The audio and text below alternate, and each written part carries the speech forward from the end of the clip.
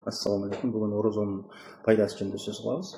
Ораза қармау рактың деңгейін бір топқа төмендетуге жардам береді. Эмне үчүн дегенде, ораза кармоо менен биз рак клеткаларынын ачка калышына себеп болобуз. Алар ачка калганда уже алар слабый башташат. Башка клеткаларга салыштырмалуу рак клеткасында, именно рак клеткасында 30-дан 55-ге чейин инсулин рецепторлору бар. Бул дегени алар глюкозага өтө муктаж, энергия ошол энергияны биз ораза кармоо менен бербейбиз. Чектеп коебуз. Кийинки пайдасы бул ораза кармоо менен биз аутофагия деген процессти стимуляция кылабыз организмибизде.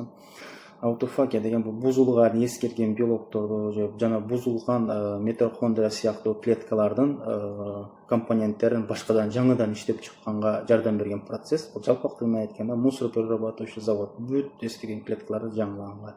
Ошо менен бирге биз бир айдын ичинде жаңы иммунитет пайда болот бизде. Жаңы иммунитетке кошумча ошо T клетка деген стимуляция болот. T клетка бул бактерия менен вирустарга каршы как киллер катары колдонулат биздин организмде, жалпак тил менен айтканда. Оразанын пайдалары ушулар. Бул уже научно доказано. 1960-жылы Осуми деген илимпоз уже доказать этип Нобель сыйлыгын алган уже давно. Көңүл бурганыңыздарга рахмат.